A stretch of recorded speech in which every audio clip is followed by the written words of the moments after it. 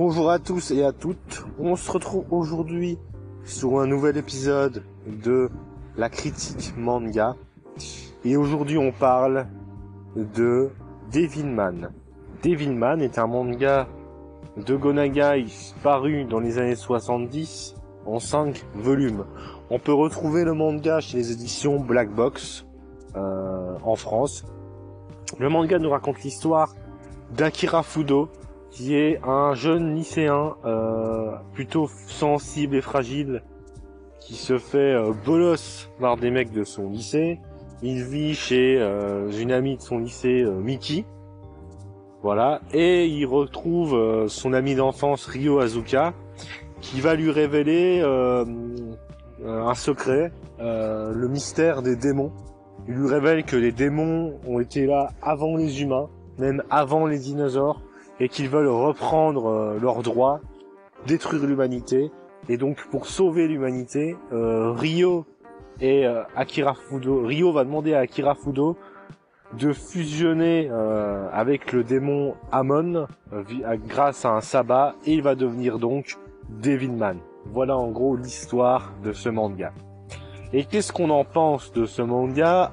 Déjà c'est un manga culte de Go Nagai, c'est un manga qui est alors peut-être un peu beaucoup moins populaire que Goldorak en France, parce que bon, c'est pas passé sur le Club Dorothée, tout ça, il y avait même pas d'adaptation animée, mis à part le feuilleton qu'il y a eu, mais sinon il n'y avait pas d'adaptation animée de Devilman à cette époque-là.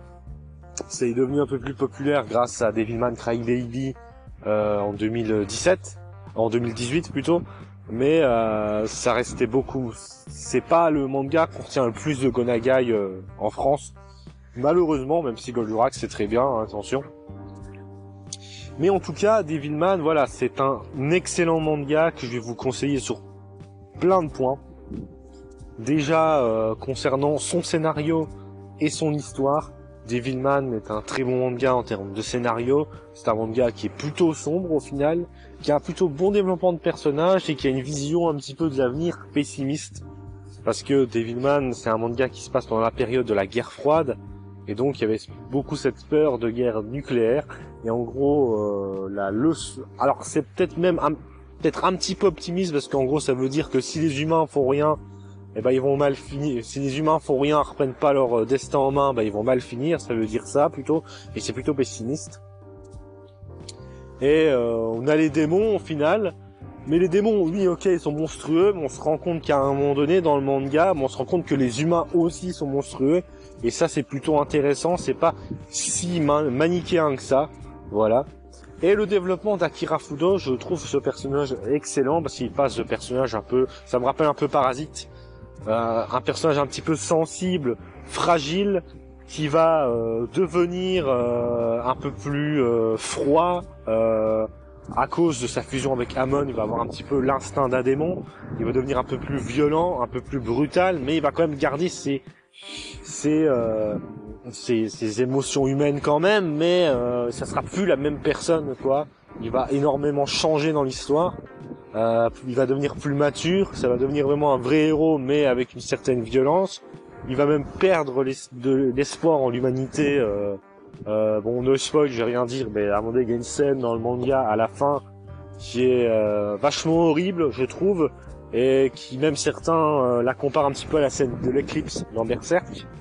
Ce qui n'est pas faux, parce que c'est vrai que cette scène-là est vachement éprouvante, et je pense qu'à l'époque, quand les Japonais ont lu ce manga, ils ont dû être vachement traumatisés, parce que la fin est vraiment très très bien, et la révélation qu'il y a à la fin est également très très bien.